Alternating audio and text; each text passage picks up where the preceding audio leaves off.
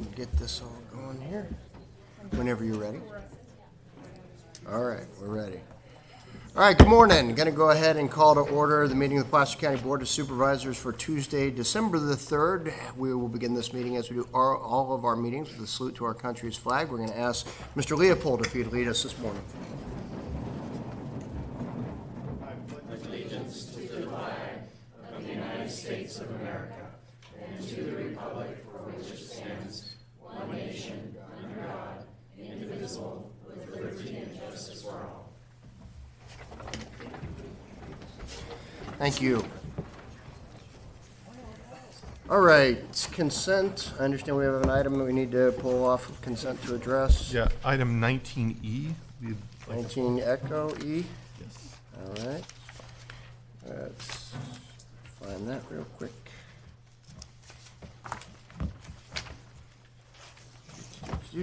Okay. All right. Is anything else on consent any of my colleagues want to have removed for discussion? Seeing none, anybody in the public want anything on consent taken off for discussion? All right. Do we have a motion or remainder of consent? Second. We have a motion Holmes, second Gustafson. Roll call, please. Gore? Yes. Wygant? Yes. Holmes? Yes. Gustafson? Yes. Euler? Aye. Thank you very much. And let's go ahead and take 19E right at this time.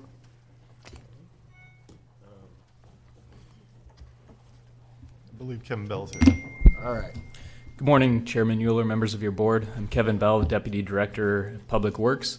I wanted to point out a typo in the action requested for 19E.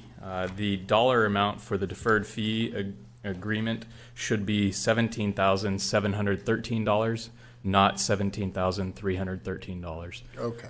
With that, I'm happy to answer any questions or provide any other information your board wishes. Board members have any questions? Members of the public have any questions? We have a motion on item 19E. Second. Motion Gore, second Gustafson. All in favor, please say aye. Aye. Opposed? None? Thank you very much. All right. This is the time for public comment. Any members of the public can address the board on anything that is not on our agenda. Knowing the board cannot take action on items raised under public comment. If you do have something you want to say to us, please go ahead and approach, identify yourself, and try to keep your comments to 3 minutes. Good morning. Good morning, Supervisors. Mike Arabedian, speaking for Placer County tomorrow. One of the great deficiencies of the county government is the time at which this board meets during working hours. The Planning Commission does the same thing. It limits public involvement in knowledge and what's going on with government finances and so forth. It may very well affect whether people can run for the board or not. So I did a survey a little over a year ago to see what the municipalities did, and actually every city council, town council meets in the evenings, 6 to 7, 7:30 o'clock, and planning commissions do too. Though of course Colfax doesn't have a planning commission. And of course you have, I'm not sure that much has changed in terms of your meeting times here since that you've become salaried. Something I voted for.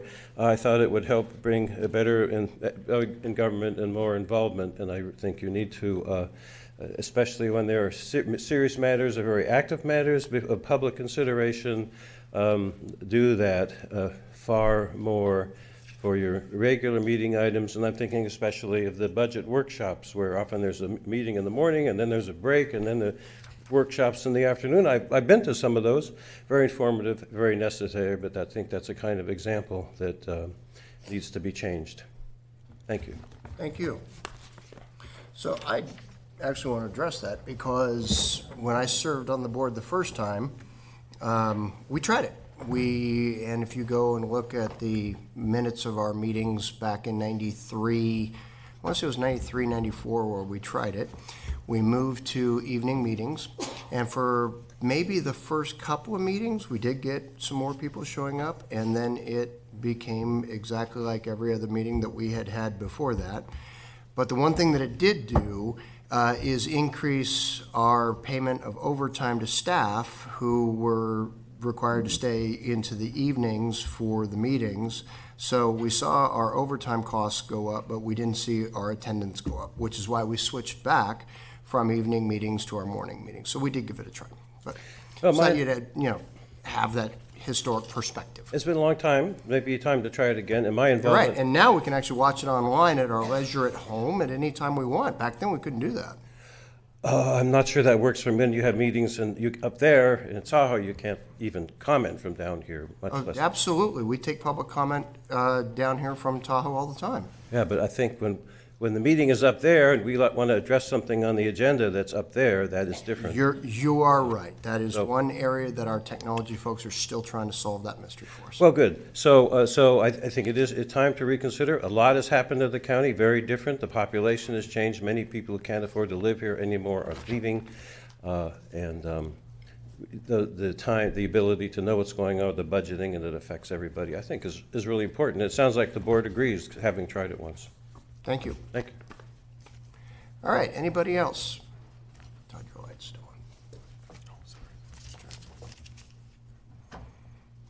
on. Good morning. Good morning. My name is Nancy Jo Rixey, and I'm sure you just don't want to see me, and I really don't want to be here. But I do want to come and talk to you about after the last meeting. I appreciate the concern that Supervisor Gore, Supervisor Gustafson, related to the people and also staff talking to the people that came and talked about the curtain. Well, I'm here to tell you that the curtain has no issue with me. I don't care about the curtain. It hasn't done anything for me or anything. I have been dealing with this issue with the noise transmission and the excessive use of the Auburn Trap Club now for over 2 years. That is like 3,072 hours. A lot, and 730 days. That's basically a war zone I live in. And I hate using the word war zone, but after I looked it up, it's totally right. It's in which belligerents are waging war in a combat area in which the rights of neutrals are suspended. I am that neutral party. It bothered me before the wall went up, and the wall has not changed it. I have been dealing with staff for over 3 years. I have been misguided, misled, misinformed, miscommunicated, misdirected, deceived, deluded, and the worst of all, insulted. My family and I have been insulted by staff, which I have shown a couple of the supervisors. I'm hoping that the public hearing that's coming up will help. I just feel that it's going to be another war zone added, and I'm going to be right in the middle of it with my family. It's intolerable. Like I said, I've dealt with it for 2.5 years. It's awful. Thanksgiving, I said happy Thanksgiving to you guys. It was like they were doing retaliation because we were all here talking about it. Did I have a peaceful one? No. My whole family had to leave. My visitors, my aunts, my uncles, my friends. It's intolerable.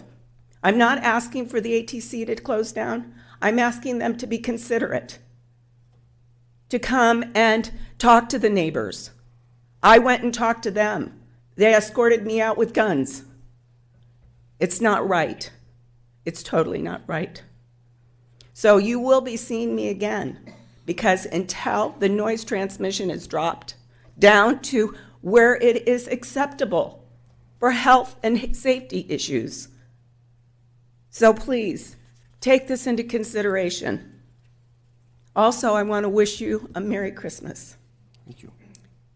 My daughter is due in the next 3 weeks.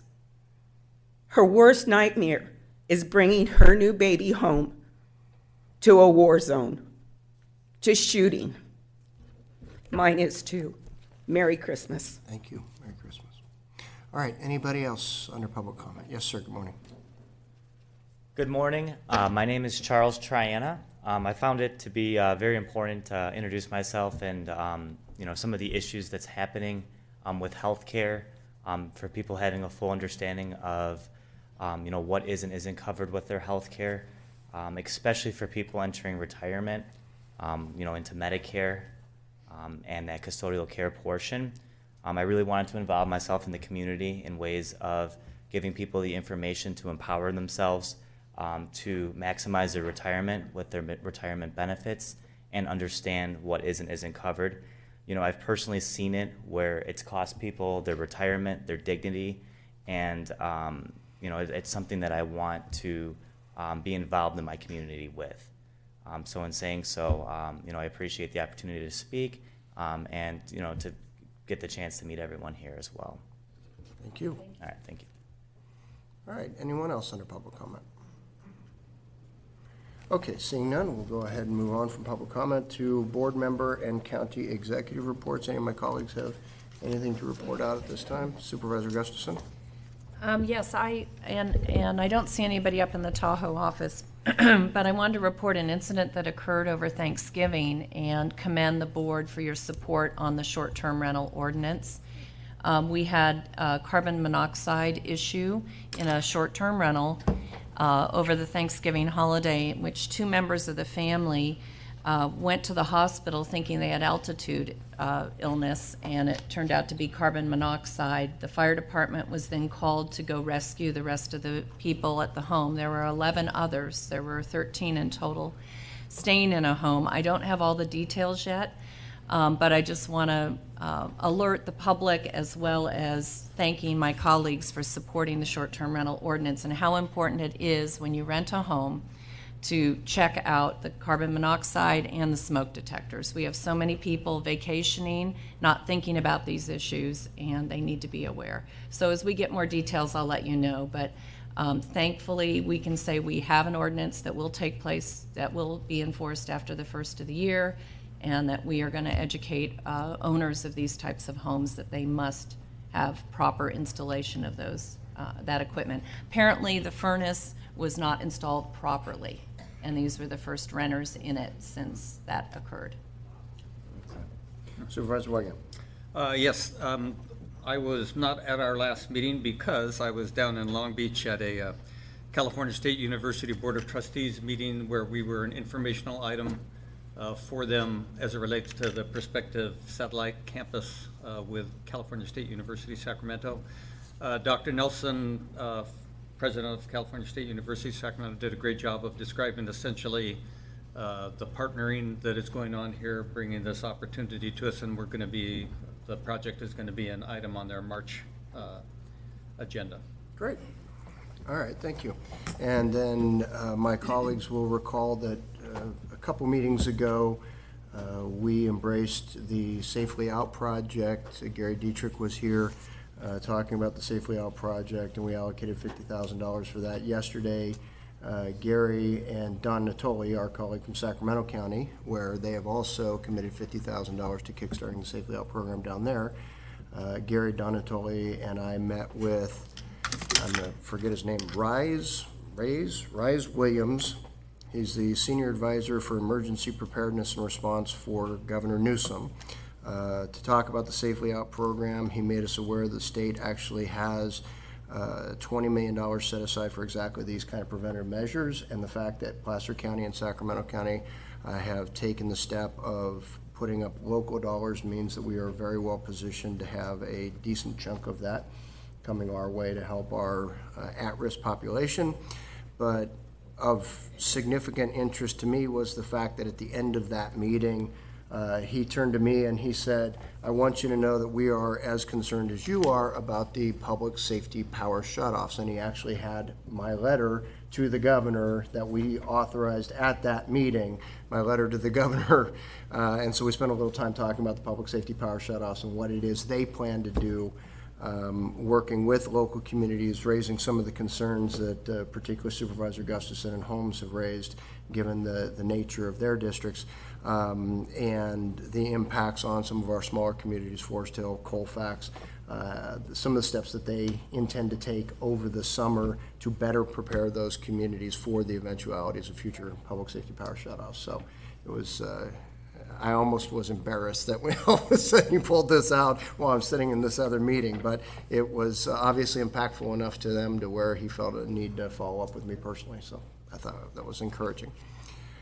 All right, we will go ahead and move on. I'm sorry, Todd, you didn't have anything? Okay. Move on to our 9:10 timed item. This is a presentation acknowledging Outstanding Agency Accreditation Achievement Award for our procurement folks. We have a number of them in the audience this morning.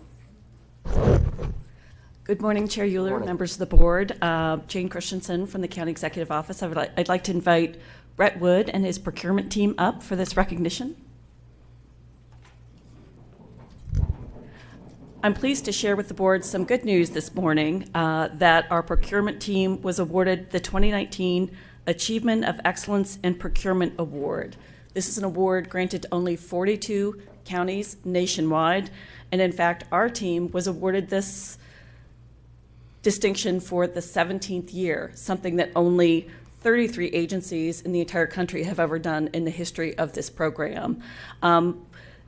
To summarize, these awards are a testament to the commitment that this team has made consistently on behalf of the citizens of Placer County in service to the procurement needs of our county departments.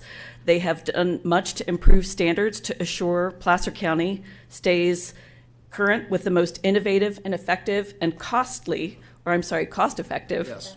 procurement practices. That's a better word. Sorry. While maintaining fiscal and operational efficiency that meets the board's goals and expectations, particularly with regard to your critical success factors.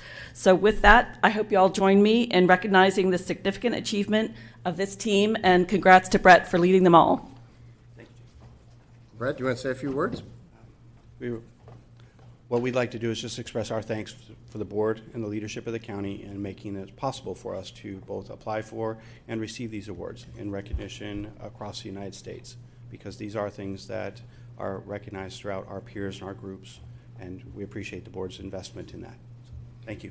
Well, thank you. And just as we're sitting here listening to this, you said only 42 counties nationwide. As we're sitting here, I looked it up. As of 2016, there were 3,007 counties in the United States. Yep. And only 42 get the recognition that you guys have gotten, and you've gotten it multiple times. So thank you very much to your department for all the work you do. I know that some of our other departments might get a little frustrated from time to time about the processes and procedures that are in place, but it is for the benefit of all of our taxpayers and all of our constituents, and so we really do appreciate what you guys do on a daily basis, so thank you very much.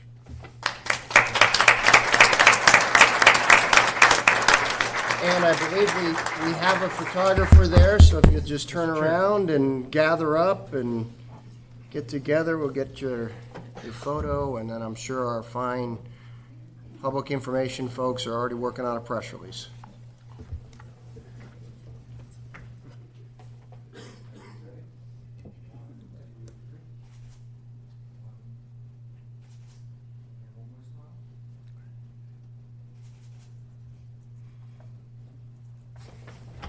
All right, thank you all. Great job, everyone. Yep, wonderful. Now go buy something. They might have to buy a new display case for all their awards. All their awards? Yeah. We're gonna need a TSP form for that, I think.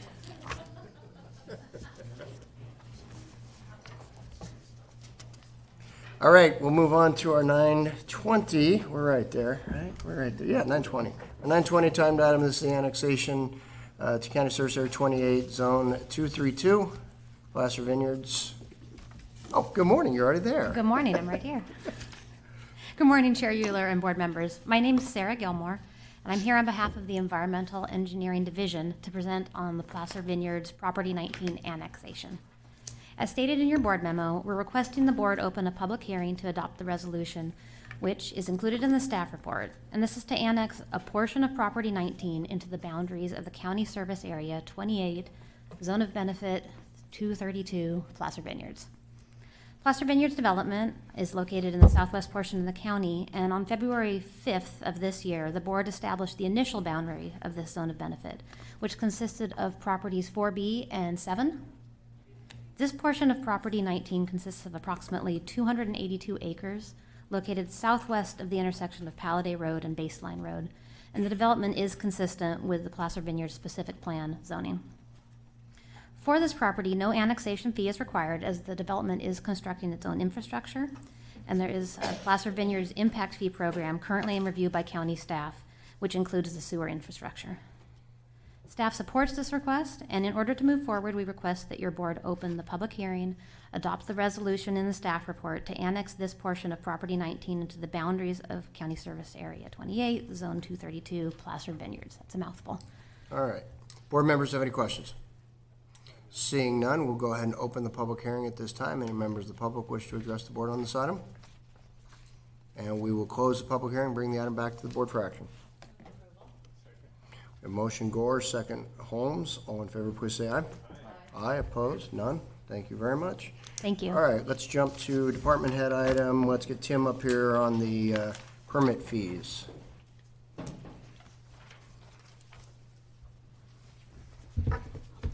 Good morning, Chairman Euler, members of the board. Tim Wagner, Deputy Director over in Cedra today, just presenting an item for your board, recommending your board adopt a resolution suspending certain permit fees related to backup power generation connections. And this item was recommended by your board, specifically Supervisor Gustafson has suggested that staff look into this item, and so we have, and today I'm here and proud to present this to you. In particular, as you might know, public safety power shutoffs have inspired homeowners over the last several months to purchase backup generators to power critical systems at their homes during these events, including medical devices, cellular phones, and other communication devices, as well as circuitry within their home so that they can have refrigeration and other lights and other features that we've all come accustomed to. And so over the past 60 days, more than 73 permit applications have been submitted for these types of systems, and we're really expecting more here into the future. And just a couple of things to make your board aware of. You know, backup generators hook up into the electrical panel at the home, and the service panel at the home. And many times they can run the entire home, and sometimes they run only specific circuitry that have been called out of the system to be energized. And with that, we're having folks that are connecting into these service panels that are high voltage. They can be electrocuted. They can have electrical shock experience. We can also have results of fire because of that if they're improperly connected. One of the big things we want to make sure is that if a backup generator is running when the power is off, that those two don't converge when power comes back on. That there's some system there that makes sure we don't have two forms of power coming in, because that would certainly be a fire hazard. Additionally, generators need to be located a certain distance away from openable windows and doors, because what happens is, unfortunately, carbon monoxide can build up, and we want to make sure that those are separated away. The whips or the electrical cords that they plug in typically are long enough. We just need to make sure that those units are far enough away from those type of openable areas to the home. So really, for those reasons, in the interest of public safety, staff recommend your board suspend permit fees for backup generation systems, really just for the duration of this fiscal year. And we're glad to come back to your board. And I have it calendared on my personal calendar in May to present to your board again should we see continued interest in this, and should your board desire to continue it on into the next year as we start to see those power shutoffs occur through the next summer. So with that, I'm glad to answer any questions. Board members have any questions? Supervisor Gustafson? I had a comment. Thank you for trying to give me the credit, but really it came from a constituent, and my job is to relay those to staff. The suggestion was made that the fees were causing some people, on top of purchasing the generator, on top of hiring an electrician, and then the fees and the delays and various issues were having people take actions on their own part, and it had generated some fires. So right. I'm thankful that you could move on this so quickly. Certainly. And I think it's a good testament to the county trying to be responsive to help our citizens through this process. Yeah, my pleasure. All right. Seeing no other lights up here, any members of the public want to address the board prior to us taking action on this item? Okay, what's the pleasure of the board? Second. We have a motion Holmes, second Gustafson. All in favor, please say aye. Aye. Aye. Opposed? None. Thank you very much. All right, we will now jump back to our 9:25 timed item. This is a public works item, an ordinance repealing and replacing Placer County Code Chapter 13, Article 13.4. 13.14. Thank you. I just wanted to take a quick moment to introduce my colleague, Robin Mahoney, in case you hadn't met him. He's a senior engineer with Environmental Engineering Division as well, and he'll be presenting this item. Are you sure you're Robin Mahoney? Just checking. Right here. Good morning, Chairman Euler, members of the board. Staff is requesting your board conduct a public hearing and adopt an ordinance repealing and replacing County Code Chapter 13, Article 1314, County Wastewater Regulations. For background, the county operates and maintains 9 sewer districts and county service area zones of benefit, which convey sewage through county wastewater collection systems to wastewater treatment plants owned by the county and the cities of Roseville and Lincoln for treatment and disposal. Federal pretreatment wastewater regulations were put into place to prevent industrial user discharges from damaging or upsetting wastewater collection systems and wastewater treatment plants. The proposed updates to the pretreatment program comply with federal regulations and, if approved, will align the ordinance with our regional partners at Lincoln and Roseville. Staff placed an ad in the local newspaper, contacted the affected customers, and received no comments in opposition to the proposed changes. Once again, we're requesting your board conduct a public hearing and adopt an ordinance repealing and replacing Placer County Code, Chapter 13, Article 1314, County Wastewater Regulations. I'm happy to entertain any questions you may have. Board members have any questions? Seeing no questions by members of the board, we'll go ahead and open the public hearing. Any members of the public wish to address the board on this item prior to us considering action? All right, we'll close the public hearing, bring it back to the board for repealing and replacing Placer County Code, Chapter 13, Article 13.14 regarding county wastewater regulations. What's the pleasure of the board? Second. We have a motion, Gustafson, second, Wygant. All in favor, please say aye. Aye. Aye, opposed? None. Thank you very much. Thank you. All right, thank you.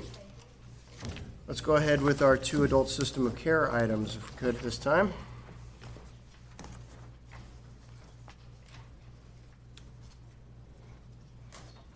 Item 6A and 6B, our 2 adult system of care. You were just that snuck up on me. Yes. So wrapped up in repealing and replacing our wastewater standards. I was engrossed, very, very much so. Okay. You were rereading the ordinance for the 3rd time, weren't you? Okay. So today, good morning, Chairman Euler and members of the board. I'm Amy Ellis with the Adult System of Care. That's good, because your name's on the item. Yes, and I'm fully present now. And so today I have an action item to request to approve an amendment with California Psychiatric Transitions, CPT, in the amount of $300,000 for a new contract total not to exceed $750,000 from July 1st, 2018 through June 30th, 2020, and authorize the Director of Health and Human Services to sign the agreement with Risk Management and County Council concurrence, and to sign subsequent amendments up to $75,000 consistent with the agreement's subject matter and scope of work with Risk Management and County Council concurrence. So Placer County Adult System of Care provides mandated mental health services to approximately 21 individuals each year with severe mental illness who need the most restrictive treatment in longer-term locked placement facilities, which provide 24-hour supervised care. This amendment is required due to a second client requiring to be placed at this facility. That is a specialized facility, and if this placement wouldn't have taken the client, then they would have had to be placed in the state hospital, which would have been a slightly higher cost. So Placer County's adult reintegration team works very hard to place individuals in both the least restrictive and most cost-effective option for the county. They visit clients at their placements, ensure appropriate care is being provided, and assess frequently for readiness to move to a lower level of care. This increase of $300,000 includes 40% in state funding and 60% in county general fund. This expenditure is included in the department's fiscal year 19-20 budget. I'm happy to take any questions. So in reading the staff report, I was a little confused, and unfortunately it didn't get clarified for me. Is this adjustment necessary simply for the addition of one client? Yes. So $180,000 in county cost for the addition of one client. If they stay the entire year. Yeah, it's a very expensive placement, but the state hospital's even more expensive. It's our most expensive cost that we have. And this is, the determination for this level of care is made by a court typically, or how is that done? Yeah, typically, they're on conservatorship, and then oftentimes it's the clinicians with the placements deciding who will take the individual based on their behaviors and their level of severity. All right, any other, Supervisor Holmes? Is this facility accessible to family members? Can they come and visit their? They can, it's not local, it's down in the Bay Area, but if they were to travel down there and have a family, it depends on the behaviors of the client and if they are able to accept visitors, but yes. Okay, so they have the opportunity. Yes. Okay, thank you. All right, seeing no other board members with questions, any members of the public want to address this item? All right, seeing none, what's? Second. A motion Holmes, second Wygant, all in favor, please say aye. Aye, opposed, none, thank you very much. And our second adult system of care item. Yes, it's Amy Ellis again, Director of the Adult System of Care.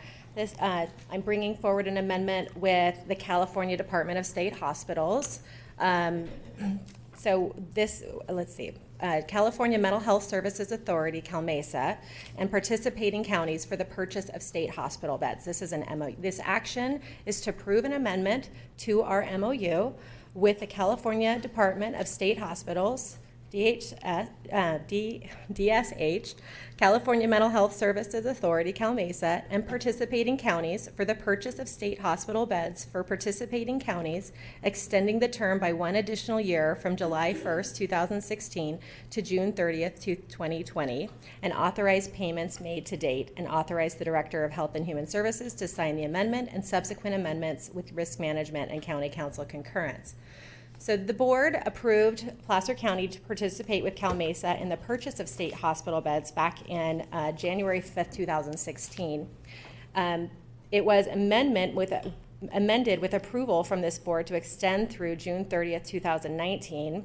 This second amendment to the purchase agreement would allow Placer County to continue to act jointly with other counties in contracting with the California Department of State Hospitals to use state hospital bed resources for 1 additional year. The MOU benefits Placer County because it gives us mutual indemnification, clear admission and discharge procedures, and only payment for utilized beds. Basically, we worked together with other counties, with CalMESA acting on our behalf to try to negotiate slightly better, clearer deal with the Department of State Hospitals. The reimbursement to DSH occurs through an offset of the 1991 mental health realignment funds sent to Placer County. The amount of $456,980 is an estimated annual amount for the usage of 2 beds for fiscal year 2019-2020 and is fully funded with state dollars. This amount has been budgeted correctly and is included in our fiscal year 19-20 final budget, and we do have 2 clients placed at the state hospital currently. Okay. So my question on this item again is to the severity of the individuals being treated, how they get diagnosed, and then reconciling this with the fact that here we are purchasing the capacity in the state and we're about to open our own mental health wing in our South Placer Justice Center, and the state is purchasing availability from us in that. So the determination gets made again by courts as to the level of severity and where they get housed. Is that? Yeah, so not all people going to the state hospital are forensic. Yeah, so understand. Yeah, so that's primarily the distinction is the non-criminal population versus the criminal population. Correct. Yeah. Okay, makes a little more sense. Thank you. All right, any board members have any other questions? Seeing none, any members of the public? All right, it's a pleasure of the board on this item. Second. Motion Holmes, second Wygant. All in favor, please say aye. Aye. Thank you. All right, we will jump back to our, thank you very much.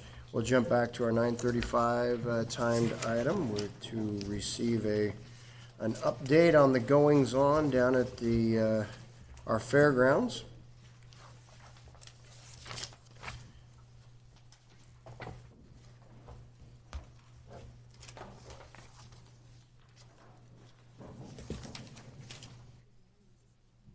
Got to push the little button. There you go. All right. Good morning, Chairman Euler, members of your board.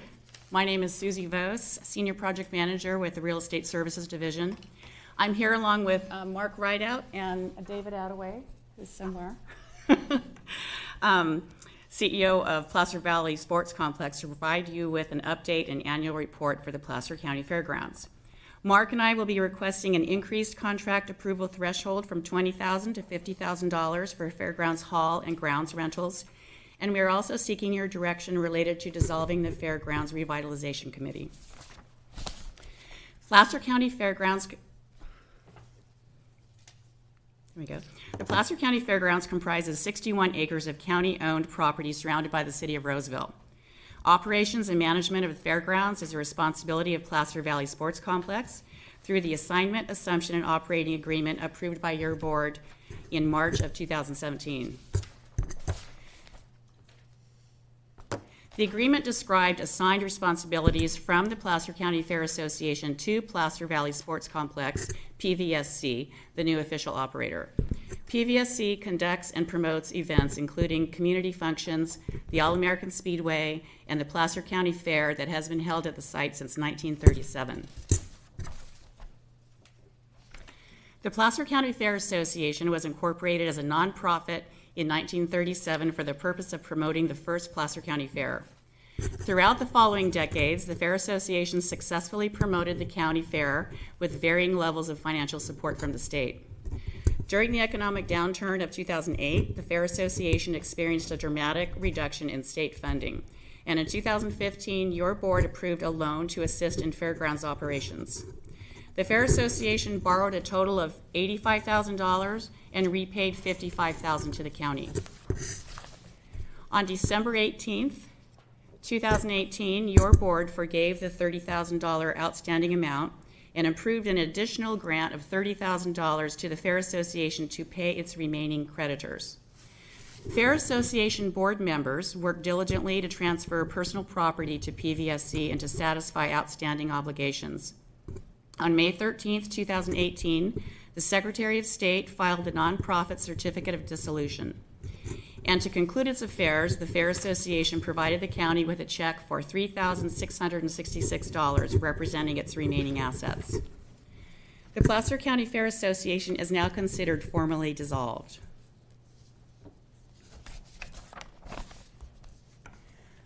When the county hired the RCH Group of Roseville in 2014 to prepare an assessment of the fairgrounds, one key recommendation was to form a citizens advisory group.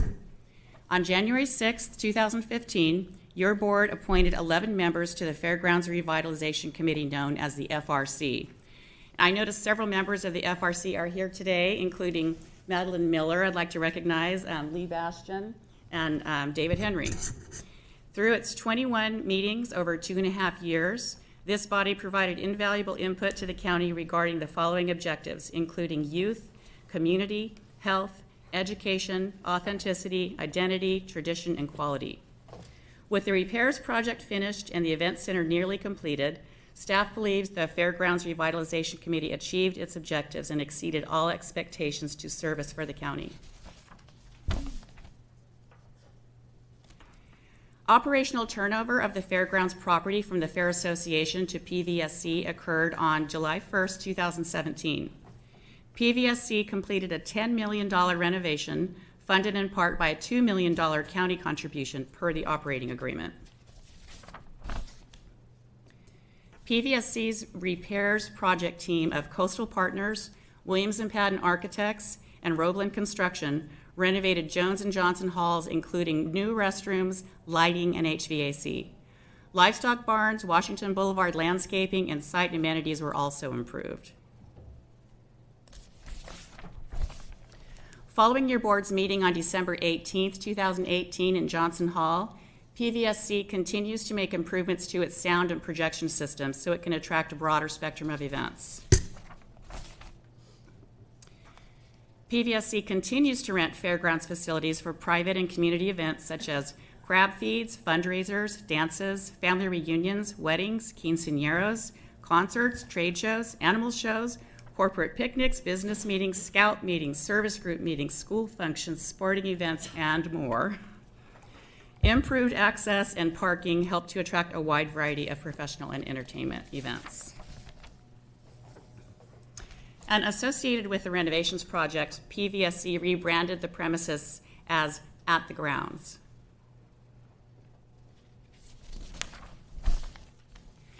The operating agreement between the county and PVSC includes provisions for county oversight of the operations. The current contract threshold is $20,000 and requires approval from the Director of Facilities Management. PVSC indicates that almost all contracts for the rental of the event center facility will be over $20,000, and staff recommends Board of Supervisor approval to raise the threshold to $50,000. PVSC selected BMRP to operate the All-American Speedway, and on May 2nd, 2018, they entered into a motorsports agreement.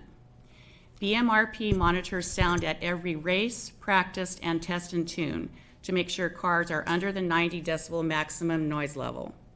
In 2019, Real Estate Services hired Saxelby Acoustics as a third-party sound monitor for 3 of the races. The last of 13 well-attended races occurred on November 2nd, and Saxelby is now preparing a year-end summary report to present findings regarding the entire 2019 racing season. Now I'd like to turn it over to Mark Rideout to talk about the event center. Thank you. In addition to the work and activities that Susie described, over the past 2 years, PVSC has pursued development of an up to 190,000 square foot indoor sports and event center project. Ultimately, this building could support 15 full-size basketball courts, which are divisible into 30 volleyball courts. It's also designed to support a variety of other sports and events like trade shows and graduations. Your board certified the EIR for this project on December 18th, 2018, and executed a ground lease for its construction and operation. And you approved real property transactions with the City of Roseville, which included the county's sale of approximately 3.4 acres. Pursuant to the purchase agreement, this transaction funded construction of a $1.27 million intersection, signalized intersection at Junction and Vallejo, and that's in the upper left-hand corner of this slide. That's also the site of the new Event Center Drive, which serves as the main entrance to the fairground, alleviating neighborhood traffic. The Event Center is now under construction at 150,002 square feet, and that's the darker yellow square with number 1. That's a 12-court first phase, and the number 2 to the left of that is the 3-court addition that I'll mention a bit later. So here's the building again. You can see the yellow rather, is the 12-court first phase with support spaces to the south. Planning, earthwork, and underground proceeded through early January of this year. And then the rains came. That we're here today, 5 weeks ahead of schedule, with completion scheduled for January 28th, is a testament to Roeblin's concrete crews, who laid vapor barrier and tied miles of rebar in historic wind-driven downpours. A fortuitous dry spell in March permitted pouring the 100,000 square foot event space slab, which kept steel fabrication and delivery on schedule. As the memorandum describes, a new ticket booth plaza was designed to foster a sense of arrival, and Roeblin's carpentry crews worked diligently to complete this amenity before the 2018 fair at the end of last June. With a 250-foot clear span, about 50 feet high at the ridge, it was impressive to watch a pair of cranes lift the 125-foot-long sections to be bolted in midair. Completing the superstructure, roofing, and wall skin continued through summer, with many bright, hot days on the roof. Moving indoors, the metal studs, plumbing and drywall, electrical, tile, and suspended ceiling were smoothly coordinated to improve the schedule, all while the sports equipment subcontractor installed basketball and volleyball arms which swing up via your iPad. Well, maybe not yours. This will provide a 35-foot clear space over the entire 100,000 square foot floor for cheer and flag events. And truly, the wood floor installation is a process to behold. After they bolted down the plywood subfloor over rubber bumpers, the contractor's team worked in unison across the 100,000 square foot maple floor, sorting individual boards for pattern and color. It was a kind of magic being in the space while they worked. listening to the clicking of boards, it reminded me of a giant game of Jenga. And when they finish installing the 1 million staples, and actually they're thinking they'll have 50,000 left over, but they didn't want to mess up the order, the sanding, striping, and sealing can complete. And then as a beacon to people arriving in the parking lot, the project includes a digital pylon sign. And here in this slide, you see the Event Center Drive sign that's at the new signalized intersection. And it shows the mock-up that the signage contractor conducted to check orientation and visibility of that pylon slide. The last slide in my presentation today is a 30-second video clip which shows the progress from January through November of this year.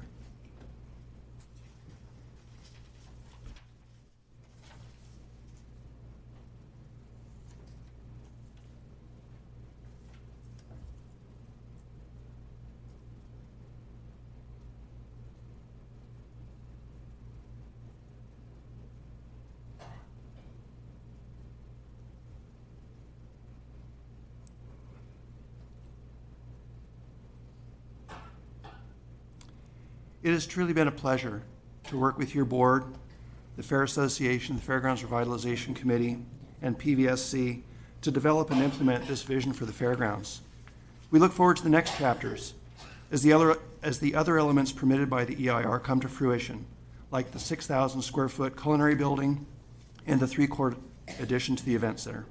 And with that, I'm pleased to introduce David Attaway to share more of PVSC's successes.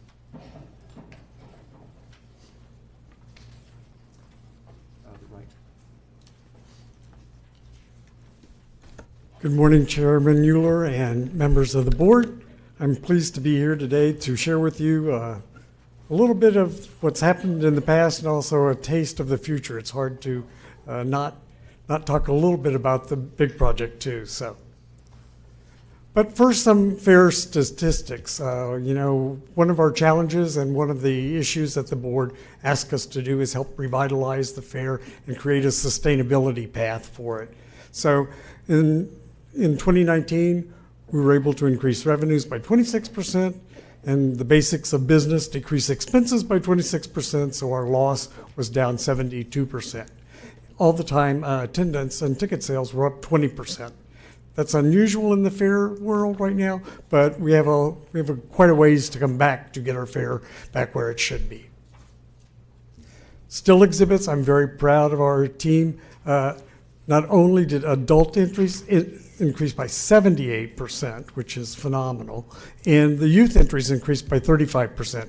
Our goal is to get more of the county participating in our fair so that they understand it and love it just as much as we do and have the pride. My goal is ultimately that somebody's going to have their Placer County Fair first place as the #1 item about their project. And actually on the other slide, just as a point of information where the 2 ribbons are, the ribbon photo was selected by the company, so it's on a pinup calendar of ribbons, and so it's the April month calendar, so that's pretty interesting. Again, we're excited about the increase in the youth entries and adult entries. One of the secrets there is our team expanded the base of judges to involve more local people. So Randy Peters was involved in judging food, and we had Blue Line involved in judging arts, and many others. So that really has come to fruition because now they're saying, oh, if you would have done this, that, and the other, we could have had more people to enter. So weaving us back into the community is really our key driving force. In the livestock, I'm pleased to say livestock lots were up 11%. And JLA sales were up 19%. And digging through records, we can only get back to about 2011 that was computerized. This is the largest JLA sale ever since that time period. And it's an increase above the second largest year by about 10%. So we know we've got work to do, but we think we're on the right track, and we're trying to expand, working with the community, again, to get more businesses involved. We've had a pretty steady group of people who come and support the auction, but that group hasn't grown enough. So we're going to reach out, work with the business community, again, to try to get more business folks involved and to understand what these projects mean for the kids and what it teaches them, and importantly, how it helps fund their education in most of the situations. The other neat thing that happened this year was the Johnson Stage, which you had your meeting in December.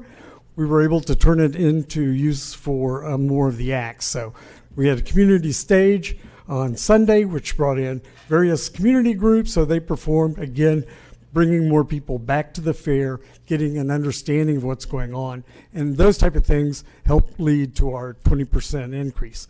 The other thing is the pageant came indoors and got cool. You know, it was a question about whether this was the right move, but it was standing room only and really created a sense of what the pageant should be. So we think both of those were home runs and hope to expand on that in the future. Again, the other thing that we got was the installation of the sound and lights and video screen were already in there. So again, it reduces ongoing costs that would have had been rented. So now it's a feature of the facility. Okay, beyond the fair, we're doing a lot of other things, you know, as the list that Susie read off, which she got to add more. I'm thinking, gosh, could there be another type of event that she didn't list? But that is what this makes this facility amazing. It can do all of those things. We have a little bit of this and a little bit of that, and great flexibility. So the response has been very good. Through June, our events have been up 24%, so we're at 88 events. Our guest count's up 15%, and revenues are up 56%, which sounds awesome and great, and it is. However, we are still at a net operating loss. We reduced it. We'll reduce our net operating loss in 2019 to only $250,000 because in 18 it was $500,000. We project 2020 is going to be another $500,000 year because we have to open the event center, and we've got to do all the things right. And we are still out there. If anybody is listening or has one in the hall here, we'd like somebody to put their name on that building. So that is another key strategy to helping us get to break even. But even without that, our numbers show by 2023, which is any new business, we will be at break even and sustainable for the future. It's an exciting project. The other thing, we had new entrances. Those of you who have been out there, and I know that's a lot of you, one of the great things about living in the neighborhood and talking to my neighbors, because I do, we found out that the granite that used to be the old ticket booths for the fairgrounds, one of the board members' husbands had saved it and turned it into a planter. Well, the planter was in the middle of the asphalt that we were ripping out, but he had told us that story, so we saved the granite and virtually reinstalled it. They look very similar to what was there. This is Rockland granite. This is our heritage. It's something to be proud of. Again, it just makes a great statement. The people who had to adhere that, you know, was quite a chore and quite an ongoing. And Williams and Patton's team out there trying to size the puzzle together to make sure all the pieces fit. But you can't get history back once it's gone. So for us, beautiful, exciting, and wonderful. Again, the whole plaza creates a space where we are welcoming, as well as the junction entrance Mark alluded to. There was a great collaboration between the city and the county, opened early. So again, we're very, very proud of all the pieces that are going on. One point that Mark didn't mention and Susie didn't mention is Diamond Electric.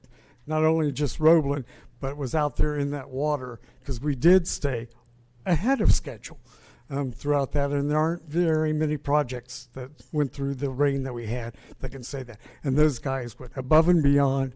You know, some of the methods that they used, using concrete, cost them a little more money, but everybody is committed and excited about this project. It's been an amazing team to work with. So, the event center. Mark your calendar. If you have not already, you have a new Valentine date. February 13th. Is the grand opening. As Mark said, we will get the keys on January 28th, which is 55 days and a few number of hours from now. So that's the exciting news. We're going to take it and run through the processes, make sure everything works and that it's all good. And so we've been able to schedule the grand opening for the 13th and moved a couple of new events in because we weren't originally scheduled to complete until March 8th. So that's been very positive. The other positive thing about it is everybody we bring to see it, it over-delivers and under-promises. So, I mean, you get in that space, those of you who have not been in the space recently, we certainly invite you to come out. It's amazing, and once those fences go down, it's going to be a sight like no other. We currently have about 39 events in some form of contract for the first 12 months. We've got the high school graduations coming in. Roseville's going to do all 5 of their high school graduations. That's a win-win-win for everybody. They don't have to worry about weather. We don't have people passing out from heat. And it's going to save the school district about $60,000. So better environment. We've got to work through some of the kids who are emotionally missing their high school location. But I think in the future it'll certainly allow that to happen. Number of basketball tournaments, like 10 are booked. Dance and cheer, trade shows. Best of Sacramento is moving. We're talking to other convention groups about relocation. When this space gets open, and this is before the space is there, it's going to be a home run. I mean, I think we have one weekend open right now from February 13th through June 1st. So that's why our issue was to meet with the school district, because if we don't plug you in now, we're not going to have a space. All 5 weekends in May are already gone.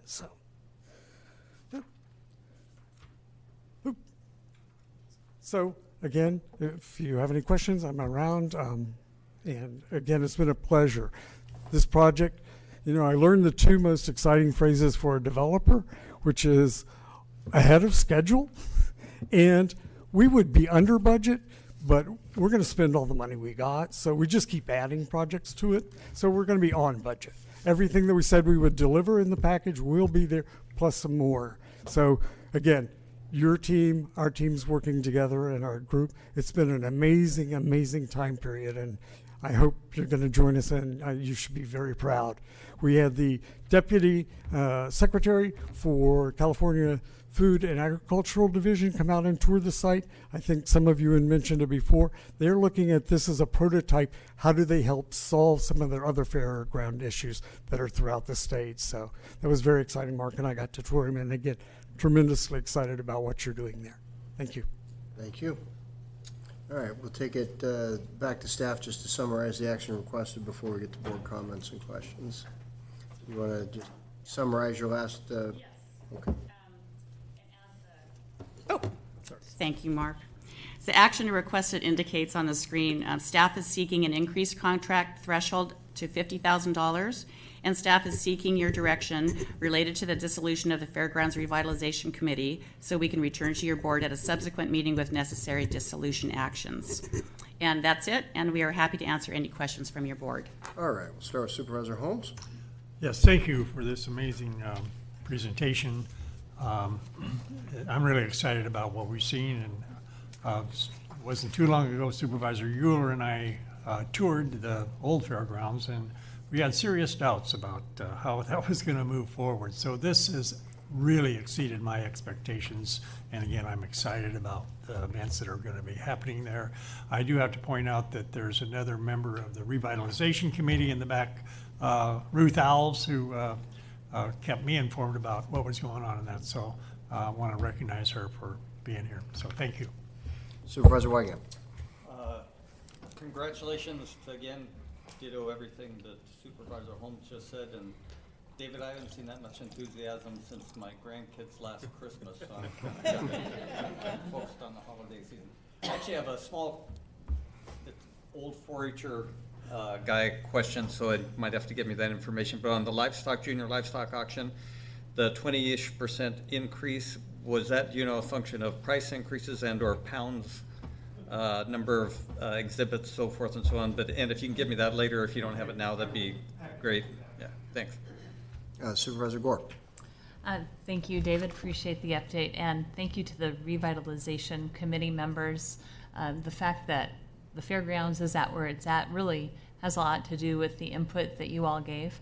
A couple of questions. Let's see. So the request was to increase the threshold amount from 20,000 to 50,000 per event. I'm guessing that had something to do, this original approval, with the city of Roseville and them not being happy with a very large concert that took place a while back. Actually didn't take place. Well, it did not take place, that's right.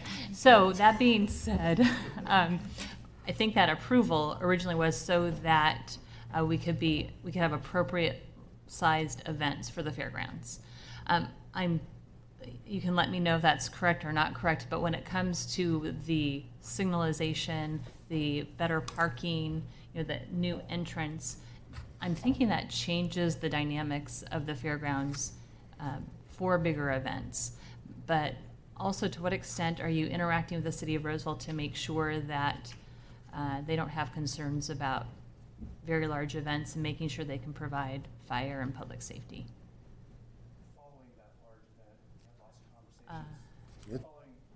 I don't know why it's not. Yeah, there you go. Okay. Conversations with the city, and born out of that was the collaboration that you've seen today. The 20,000, 50,000 really was to trigger a conversation. The EIR requires a traffic management plan, and we've started having meetings with the city to develop that living document. They've been collaborating very well with city police and county sheriff for the various, and the city traffic folks. There's traffic timing, so it really is just a marker to make sure that we keep talking with them.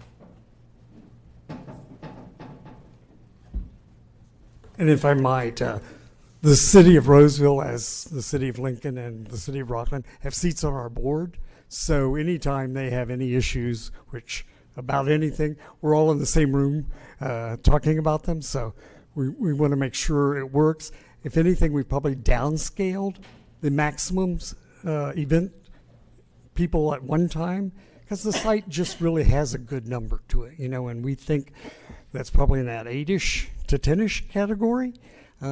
It's not a good place to do 20,000 people concert. Great, I appreciate that. Thank you. Next question. When the Fair Revitalization Committee met and discussed options for the fairgrounds, what was the conversation about the Speedway and the continued use of the Speedway? It was that it was an amenity that was enjoyed by a segment of the citizenry, and that it should continue to the extent it can. Okay. We had the sound studies. We've looked at different mitigation measures, and following those was their recommendation. When do we anticipate the sound report from the external company? We actually have that. We actually just got that. Okay. So I have that and can share it with you. That would be appreciated. Thank you. Anything else? All right, Supervisor Gustafson. I just wanted to also thank the committee, the staff of both the county and Fairgrounds. I think I joined the board just in time to watch as the start of the panels were going on the top, and what an amazing process, and just an incredible facility for all the residents of our community. So thank you. All right, I'll go ahead and open it up to any members of the public that might want to comment on this. Again, board is being asked not only to consider adjusting the threshold, but then dissolution of the Fairgrounds Revitalization Committee. So anybody have any comments on that? Good morning, Mr. Henry. Good morning, Chairman Euler, members of the board. David Henry, former director, Placer County Fair Association. And as Susie said, we are now disassociated. Our last final act will be signing the final tax returns for the year, and it'll be complete. But I wanted to thank the board, current members and former members, like Supervisor Duran, who assisted with the association and with Mark and Susie and their staff, and with David Attaway and all of his staff in the conversion from the association to the current at the grounds facility. It's been amazing to watch, amazing to see, and it's exceeded my most heartfelt wishes of what would happen with that facility. I know I speak for Wayne Vineyard, who was on the board for almost 50 years, for his appreciation that this will continue on past our lifetimes. And so I just wanted to thank you again. Thank you for your assistance with paying off our creditors. We were able to return some of the funds back to you. And again, just thank you. Thank you, Dave. Anybody else want to address the board? All right. as I think the only member of this board that was also a member of the Fair Association Board of Directors.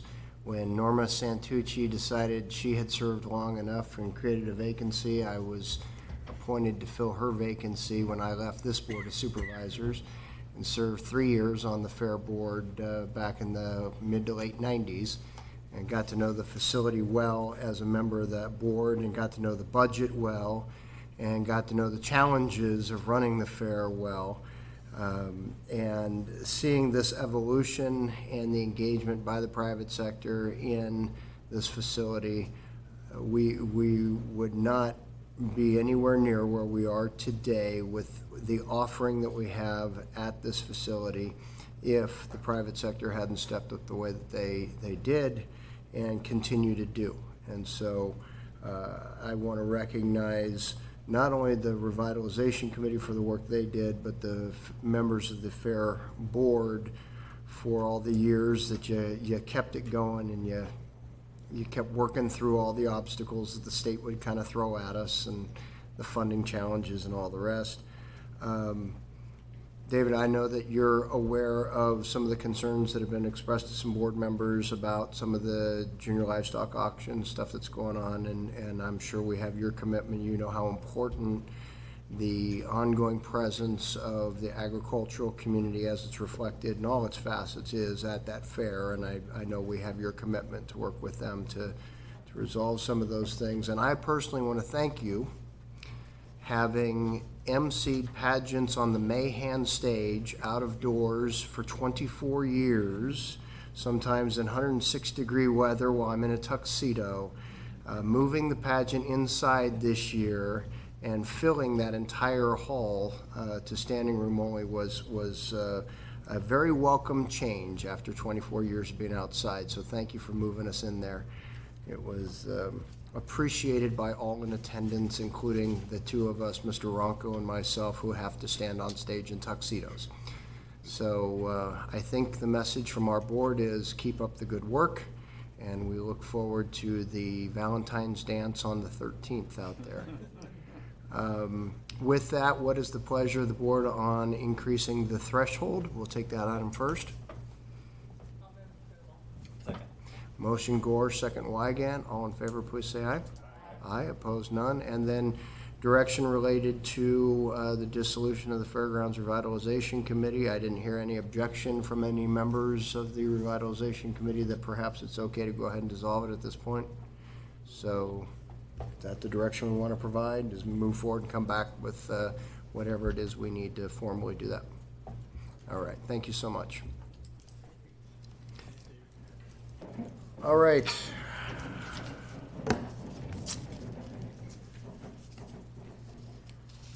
We are up to another HHS item, Calworks Housing Support Program.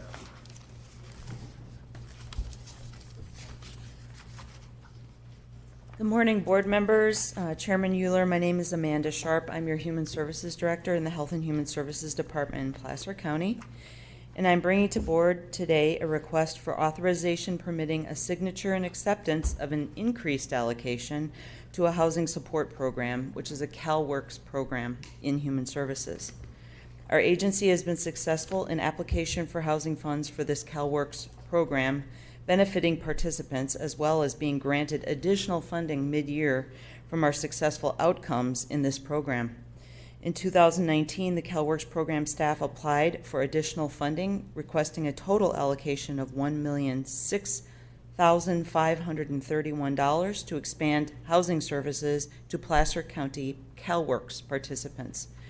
With the additional funds allotted, representing $427,772 additional dollars over our base, the program will house at least 55 new families in 2019-20. We have contracts maintained with 3 community partners, AMI Housing, Volunteers of America, and Stand Up Placer to administer the program.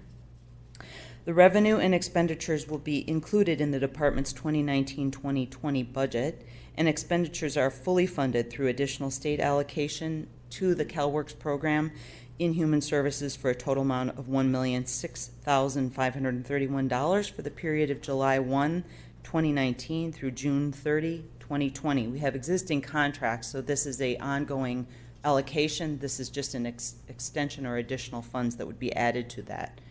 No county general fund contribution is required. The fiscal year 1920 Calworks Housing Support Program allocation director certification is on file with the clerk of the board. Placer County Human Services is requesting the board action to authorize the Director of Health and Human Services to sign the fiscal year 2019-20 Calworks Housing Support Program allocation director certification in the amount of $1,006,531 with risk management and county council concurrence, and to sign any subsequent allocations up to an additional $100,000 with risk management and county council concurrence. And I'm happy to share any information or answer any questions you may have about the item. Supervisor Gore? Thank you, Amanda, and it's terrific to see that the county has received those extra dollars because they're being used well. But I do have a question about how this works, because if I do my calculations, it's about $1,400, a little over $1,400 per family per month. So we contract with these 3 different agencies that identify families and then assist these families in getting housing, right, to keep them off the streets, keep them from being homeless, which is great. Do they pay a little bit towards their monthly housing allowance? How are those dollars used? I just want to better understand it. So first of all, the program, Calworks, has staff within Human Services that work in a case management process, employment and training workers. And those workers are the ones who identify through some required and other assessments and determinations of people's need and the difficulties they're going through. Some of these assessments are mandated, and I don't want to get into a lot of detail about how they work, but that's how we identify whether people need family support or housing support program assistance. And those eligibility criteria are actually determined by the program and by the employment worker that's working with the client services program specialist that's working with the client. So that's how we identify that the person's in need. They come, they help, and they're part of the Calworks program. The contractors are the folks who help us identify and engage the landlords and facilitate payment of the rents, as well as the additional items that are allowable under our contracts with those contractors. Those include things like security deposits. They can be things for like turning on the utilities. They could be also items that are necessary for the family to move in. In some cases, there could be issues of mold, or there could be bed bugs, or something else in the apartment that would otherwise make it unlivable that could be remedied with the funding. And then we also engage with the landlord. So the additional cost isn't only rent payment. But to answer your question, one of the great features, in my opinion, of the program here in Placer County is, as it is in other Calworks programs, is that this is a hand up, but it isn't a forever payment. So there's a scale over the course of 6 to 7 months that the families that engage in the program are assisted more up front in order to get into the housing. Obviously, people can't acquire jobs and be gainfully employed or engaged in education if they're not housed. So we help more in the front end of the rent. And by the 6th and 7th month, the family is responsible 100% for their own rent. So there's a tapering off, and includes you give them folks some time to get back on their feet, to get income, to have a job, and then be able to take care of themselves and their own rent. We also are engaging with the landlords throughout that period of time so that they're incented to retain the renter and not just sign a short-term lease while they're getting paid by the county. So there's engagement activities and incentives to keep the renters in the apartments or houses or wherever they're renting. All right, seeing no other questions by board members, any members of the public want to address this item? And seeing none, what's the pleasure of the board? Second. We have a motion, Gore, second Gustafson. All in favor, please say aye. Aye, opposed, none. Thank you so much. At this time, we're going to adjourn as the Placer County Board of Supervisors and convene as the Placer County Housing Authority in order to take up item 7A1. Well, thank you. Amanda Sharp, again, Human Services Director. I'm also the Placer County Housing Authority Director, and today I'm here with an item for the Housing Authority. The Placer County Housing Authority provides housing choice voucher assistance to more than 570 very low income families and individuals in Placer County. They may also be elderly, homeless, they may be veterans, disabled, and they receive housing choice vouchers, mainstream voucher programs, and assistance. I'm here today requesting authorization to apply for 25 new vouchers to the Housing Authority for a program called the Family Unification Program. HUD announced a notice of funding availability, referred to as NOFAs, for the Family Unification Program, and we have elected to respond. The Family Unification Program is a specialized program where housing assistance is provided through the Housing Choice Voucher Program, but these are specialized vouchers that are in partnership with local public child welfare agencies. So in this case, our partnership is between Human Services Housing Authority and CSOC, the Children's System of Care. The goal of the program is to prevent or shorten children's involvement in out-of-home care due to inadequate housing, and to prevent housing instability for youth aging out of foster care.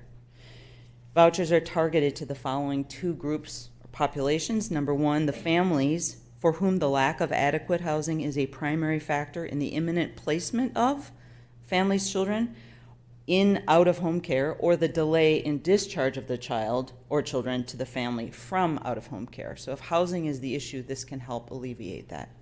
And number two, the second population group are youth between the ages of 18 and 24 who have left foster care or will leave foster care within 90 days and are homeless or at risk of being homeless at age 16 or older.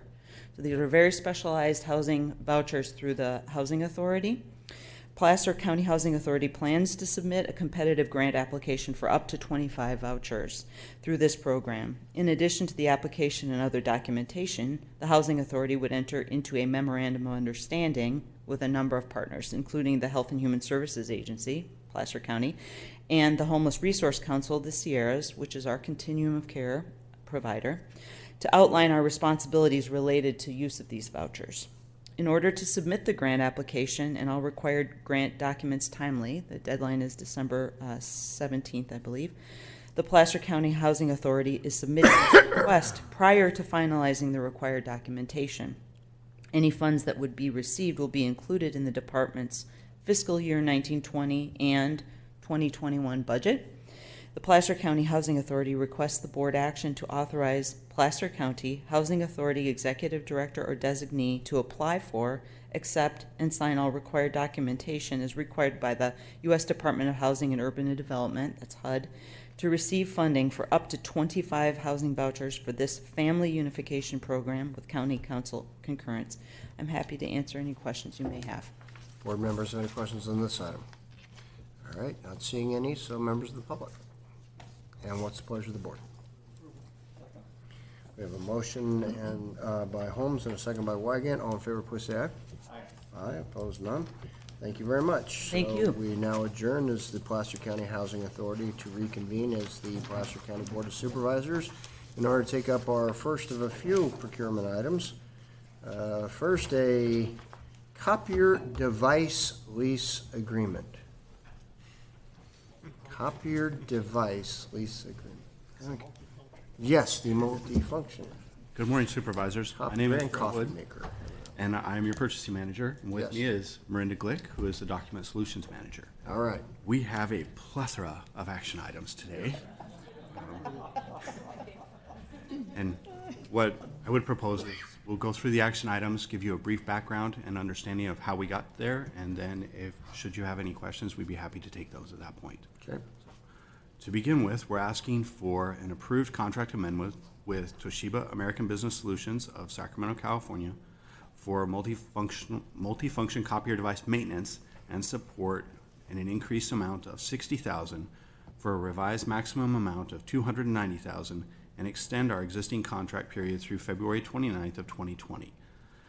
The second item is to approve a 4-year master operating lease agreement with Ray Morgan Company of Roseville, California for the lease of new multifunction copier devices utilizing a state of California competitively awarded contract in the maximum aggregate amount of $2 million for the period of January 1st of 2020 through December 31st of 2023. The next item would be approve a 4-year contract with Ray Morgan Company for multifunction copier maintenance and support for that same period of time in the maximum aggregate amount of $1,450,000. All of these items are either currently included in our existing budget or currently included in the existing Document Solutions fiscal 1920 budget, or will be included in their future budget for the 2021 and future budgets following that. The next item is to approve a cancellation of $431,250 in reserves and to approve a budget revision in the same amount for our current year. Next, to declare the existing county-owned Toshiba multifunction copier devices as surplus and authorize their disposal consistent with our procurement policy. And finally, authorize the purchasing manager to sign all the required documents subject to departmental concurrence and available funding and execute change orders in the not-to-exceed aggregate amount of $100,000 over the term of these contracts. So with that, to give you an element of background with these items is the Document Solutions Division is responsible for copier maintenance and support throughout the county. We currently have about 270 devices scattered from Roseville through Tahoe, so at a multitude of locations. These devices were originally approved by the board in 2013 through a contract with Toshiba copiers. And digital technology and copying technology has changed significantly in that time period. The new devices that we're looking at give us additional features, additional reporting functionality, and will increase our productivity as well as potentially decrease some of the maintenance that we've been utilizing with our existing service fleet. So we evaluated different methodologies for going out and acquiring these devices. However, ultimately, the Procurement Division and Document Solutions collaboratively looked at other agencies' agreements that had already been established. We determined that utilizing a cooperative was better for the county because we could leverage the cost savings that larger organizations would bring to that table, as well as give us the ability to have a predetermined set of requirements that had already been established without us potentially missing key important elements of that agreement. So we looked out we issued a request for information through our solicitation tools and requested vendors to provide their cooperative agreements for us to evaluate. We received 10 different vendors that responded, and we looked at all of those, shortlisted it to 5, and then we did site visits with each one of those vendors to validate their ability to meet our requirements, both currently and for what we would project to be our requirements into the future.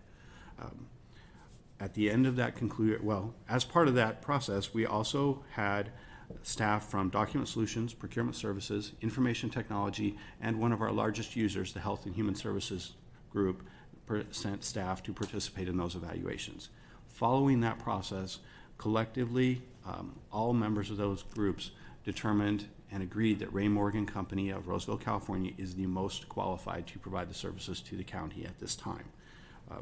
They are offering Canon technology with a much stronger support model than what we're currently experiencing. So the equipment, utilizing the State of California cooperative contract is approved within our purchasing policy and is something that your board has expressly approved in the past.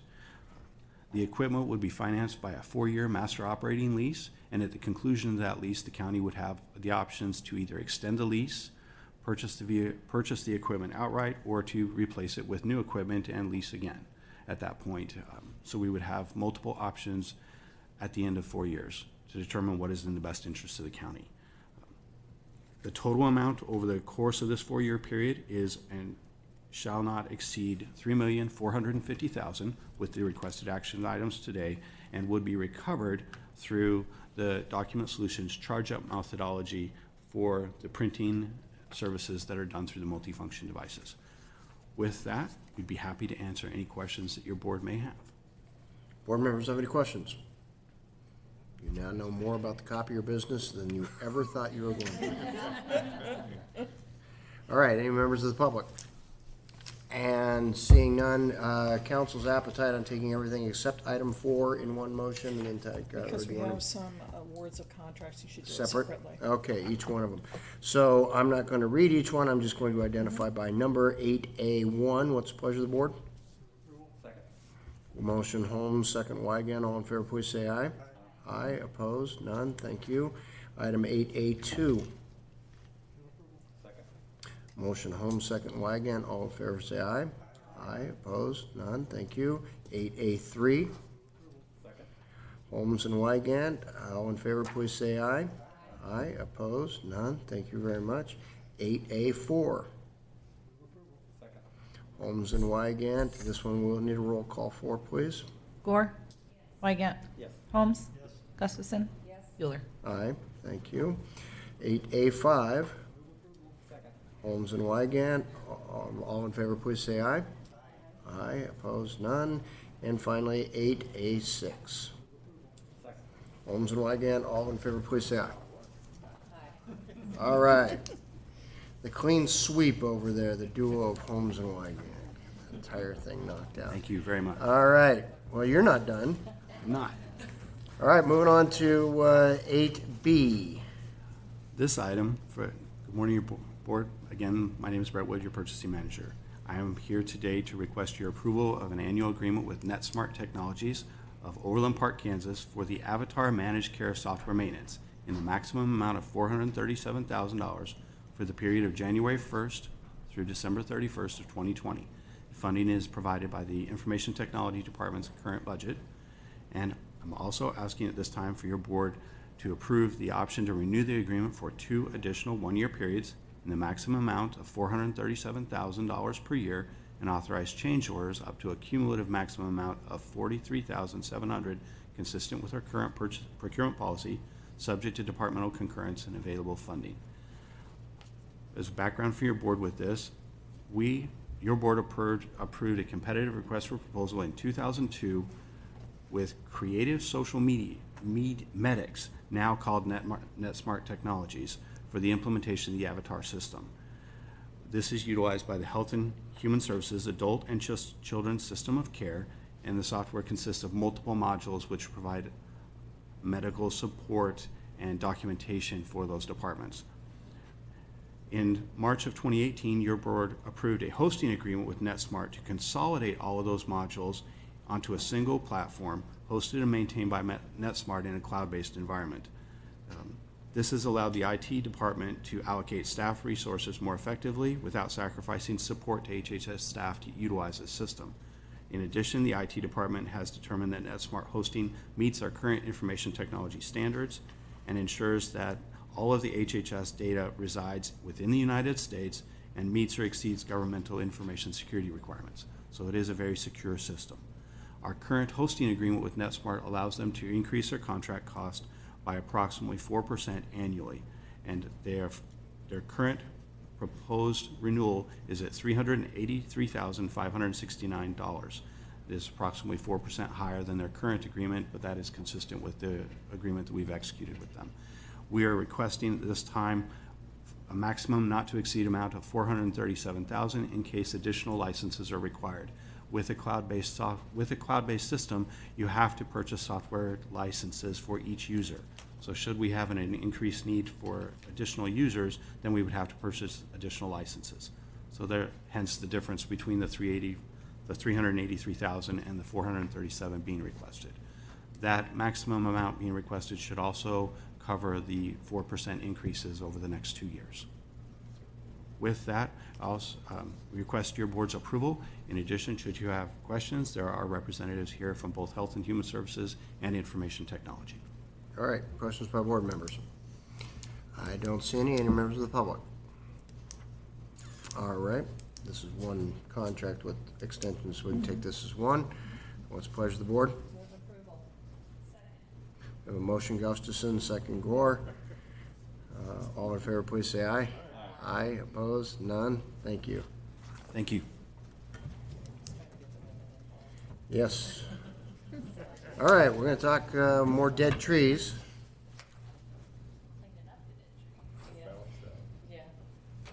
Hi. Good morning. Morning, Mr. Chair and members of the board. I'm Alice Atherton, Associate Civil Engineer with the Department of Public Works. I'm here today requesting the board adopt a resolution approving and authorizing the purchasing manager or designee to execute an agreement with All Phase Land Clearing Incorporated of Nevada City, California, to remove 406 dead or dying trees in the amount of $565,600 funded by the Office of Emergency Services, and authorizing the purchasing manager to sign all required documents and authorize any required change orders in an amount not to exceed $40,780, consistent with Public Contract Code. So this package of trees is located on the Bureau of Land Management property and is generally in the Forest Hill and Michigan Bluff area. We received 3 bid responses, and I'm proposing to the lowest responsive and responsible bidder, and again, that's All Phase Land Clearing. The average construction cost price per tree is $1,393.10, with the fiscal impact statement reflects the 75% state cost per share and the 25% county cost share. That comes out to approximately $1,045 for the state and approximately $348 for the county per tree for construction removal. This is within the $900 to $1,400 price range per tree that we've seen with other packages. This package required formal consultation with the U.S. Fish and Wildlife Service, and the contractors are required to provide a contractor-supplied biologist when they perform this work. So I think that explains why the cost is in the higher range for this package of trees. And this work, some of it is in the area where there's the endangered red-legged frog habitat. With that, I'm happy to answer any questions you may have. Board members have any questions on the contract? Supervisor Gustafson. Really, it's on the permitting process, and I want to thank you for getting responses back on the permitting, because I think at the last time we heard an item like this, we talked a little bit about the permit fees from the Forest Service. And so in this particular situation, these are all BLM lands. Correct. And they're charging us, at one point they were quoting a price, Alice shared with us, of $28,000. Correct. But they reduced that to $2,100. Approximately. I still question that we're paying a permit while we're undertaking all of this to the BLM, for the BLM from the state and the county's resources. So I don't know if a famous letter to anybody important would help us get these fees waived, but it's a challenge for me to say we're going to use county and state resources to take care of federal lands, and then they charge us a fee, and maybe even quote a fee as high as $28,000 at one point. So thank you for your work to get it down and reduced, but is there more the board should do to help support your efforts on this? Yeah, I think that this whole project is a process. It's kind of a new thing that the county's hasn't done before. Right. And it's something that we know is going on at a state level. Jennifer Montgomery is heading that group, and who attends those groups at the state level is the BLM and the Forest Service and all those different groups, the Air Resources Board, et cetera. And it's how they're trying to figure out how they can come together and cooperate and bring the effort of removing trees, how that comes together and how it plays.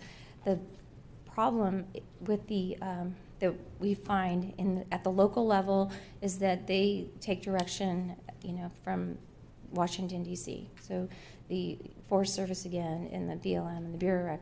So we coordinated with the local people, but they don't really have an avenue yet. And they understand that they need an avenue to be able to coordinate on these projects.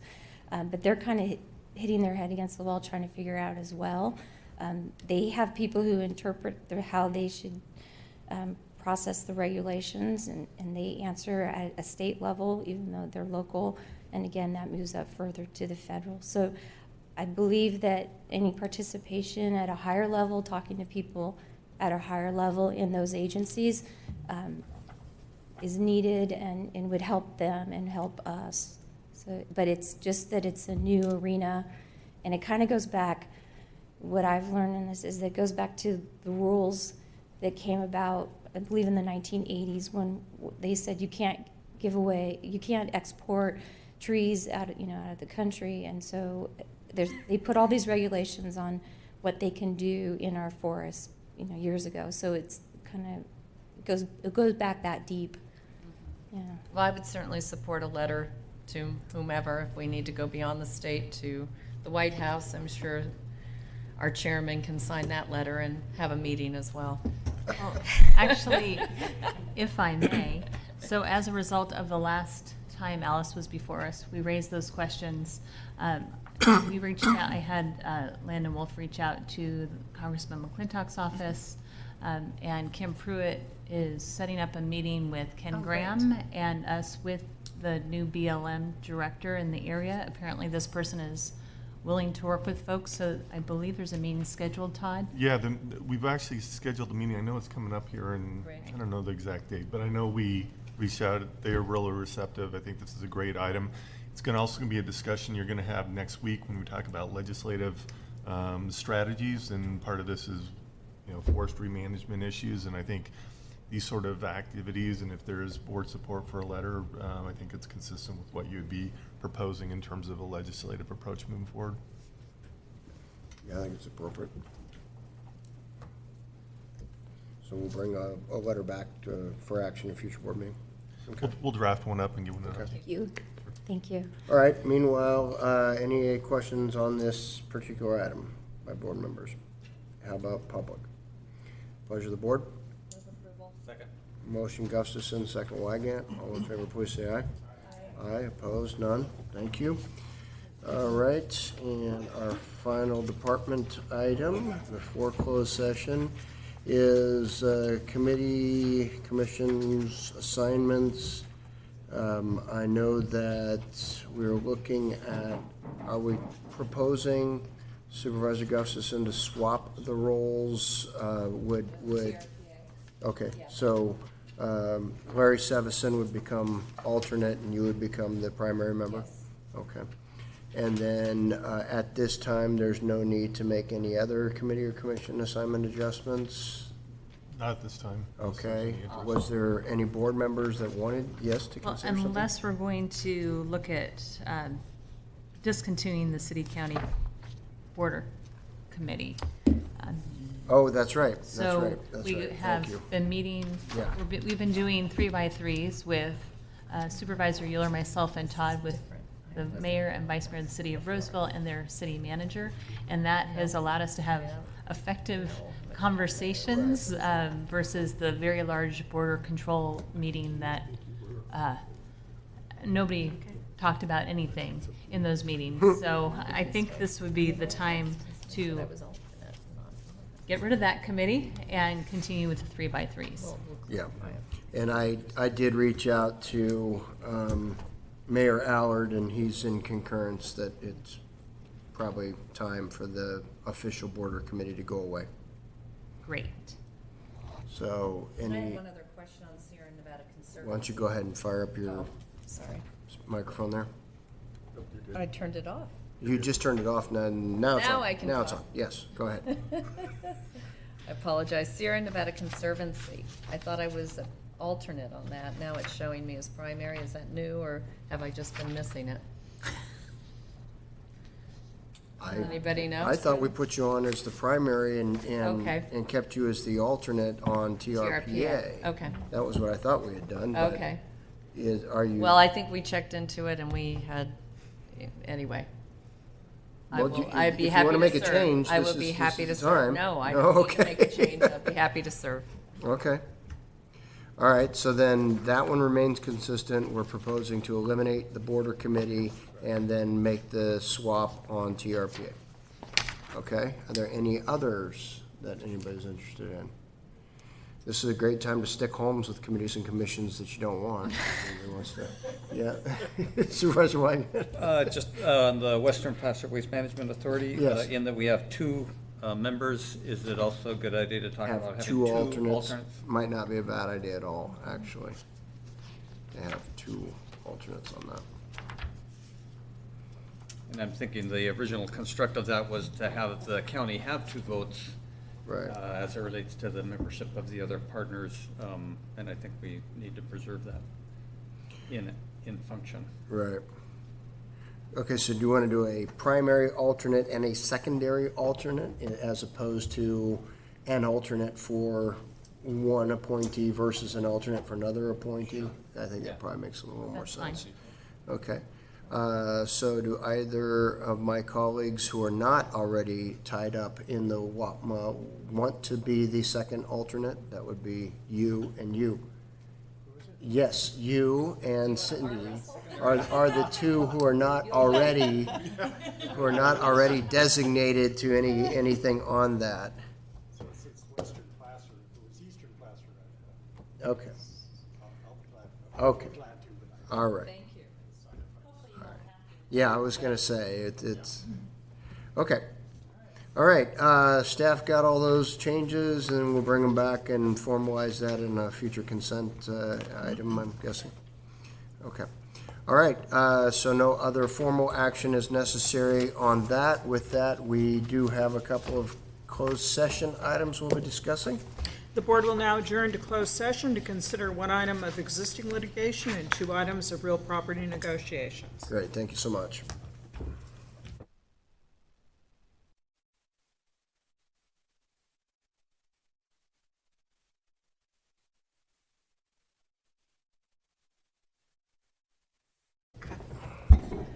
Board met in closed session to consider one item of existing litigation.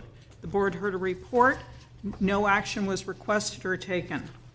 The board heard 2 items of real property negotiations. In both cases, the board heard a report and provided direction. This concludes the report out of closed session.